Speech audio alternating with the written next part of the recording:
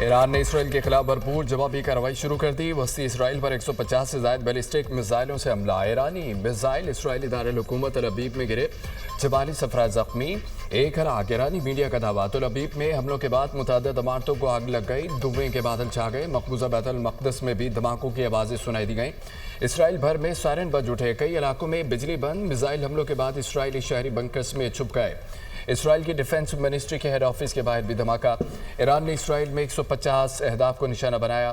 ایرانی میڈیا، ایران نے اسرائیل پر ballistic missile داغے۔ اسرائیلی defence force کی تصدیق، ایران کا 2 اسرائیلی طیارے مار گرانے اور خاتون پائلٹ کو گرفتار کرنے کا دعویٰ۔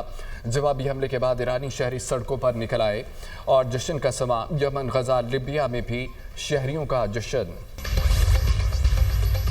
امریکی عاشرباد میں اسرائیل نے نئی جنگ چھیڑ دی۔ اسرائیل کے 200 جنگی طیاروں میزائلوں سے 8 مقامات پر 100 سے زائد اہداف پر حملے۔ ایرانی آرمی چیف، اہم کمانڈرز، ایٹمی سائنسدانوں سمیت 78 افراد شہید، 341 زخمی۔ ایٹمی تنصیبات، پاسداران انقلاب کے ہیڈ کوارٹرز اور فوجی قیادت کی رہائش گاہیں نشانہ بنائیں۔ اسرائیلی حملوں میں 6 جوہری سائنسدانوں کی شہادت کی تصدیق۔ تہران، قم، تبریز، اصفہان، ارمیا، مراغہ، اہواز پر میزائل حملوں کے بعد لڑاکا طیاروں سے بمباری کی گئی۔ اسرائیل کا نیتنز میں ایران کے ہم جوہری تنصیب پر دوبارہ حملہ، بڑا نقصان پہنچانے کا دعویٰ۔ امدان میں ایرانی فضائیہ کے نوحہ ایئر بیس کو بھی نشانہ بنایا گیا۔ ایران نے ملک بھر کے دفاعی نظام کو فعال کر دیا۔ ایرانی دفاعی نظام نے تہران کے جنوب میں اسرائیلی میزائلوں کو ناکام بنایا۔ ایران کے دفاعی نظام نے اسرائیلی ڈرون طیارہ مار گرایا۔ ایرانی میڈیا،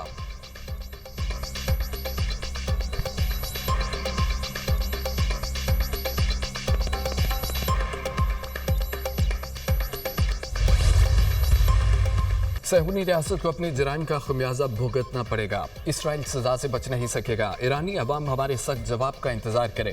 ایران کسی مسلح فوج صہیونی جارحیت کا منہ توڑ جواب دیں گی۔ اسرائیلی حملوں کا جواب دینے میں کوئی کوتاہی نہیں برتی جائے گی۔ ایران کی مسلح فوج اسرائیل کو مفلوج کر کے دم لیں گی۔ اسرائیل اور امریکہ کو بھاری قیمت چکانا پڑے گی۔ اسرائیل نے اپنے بدترین انجام کا انتخاب کیا۔ حملوں سے اسرائیل کی قبیح فطرت کا پتہ چلتا ہے۔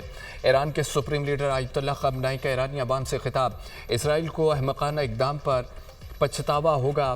ایرانی عوام ملکی قیادت پر بھروسہ رکھیں، عوام قیادت کے ساتھ کھڑے رہیں۔ ایرانی صدر مسعود پزشکیان، آیت اللہ خامنئی کے متعدد فوجی کمانڈر اور سینئر سائنسدانوں کی شہادت کی تصدیق۔ ایرانی سپریم لیڈر نے میجر جنرل عبدالرحیم موسوی کو ایران کا نیا آرمی چیف تعینات کر دیا۔ محمد پاکپور ایرانی پاسداران انقلاب کے نئے سربراہ مقرر۔ ایران نے پورے ملک میں ایمرجنسی نافذ کر دی۔ فضائی حدود تا حکم ثانی بند ہیں۔ عراق، اردن، شام کی فضائی حدود بھی بند کر دی گئی۔ ایران کو معلوم نہیں انہیں کس چیز سے نشانہ بنایا جائے گا۔ اسرائیل کی ایران کو ایک بار پھر دھمکی، طارق کی بڑی فوجی کارروائی رائزنگ لائن میں مصروف ہے، مزید کچھ آنے والا ہے۔ ایران کے خلاف کارروائی کا مقصد جوہری اور بیلسٹک میزائل کا خطرہ ناکام بنانا ہے۔ اسرائیلی فوج نے ایران کے اعلیٰ فوجی کمانڈرز اور ایٹمی سائنسدانوں کو ختم کر دیا۔ ایران کی افزودگی کی سہولت اور اس کے بیلسٹک میزائل کے بڑے حصے کو تباہ کر دیا۔ امید ہے مشرق وسطیٰ میں جلد امن آئے گا۔ اسرائیلی وزیر اعظم نیتنیاہو، اسرائیل نے ایران کی خود مختاری کی خلاف ورزی کی۔ اسرائیل نے رہائشی علاقوں کو نشانہ بنایا۔ اسرائیلی ریاستی دہشت گردی میں سینئر رہنماؤں سمیت 78 شہری شہید ہوئے۔ ایران پر حملہ اقوام متحدہ کے چارٹر کی خلاف ورزی ہے۔ سلامتی کونسل اجلاس میں ایرانی مندوب عاصم سعید کا خطاب، امریکہ اسرائیل کے ایران پر حملوں سے قبل آگاہ تھا۔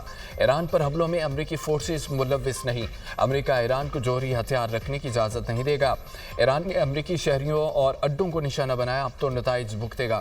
امریکی مندوب کی سلامتی کونسل کے اجلاس میں بریفنگ، ہم نے پہلے ڈپلومیسی کا راستہ اپنایا۔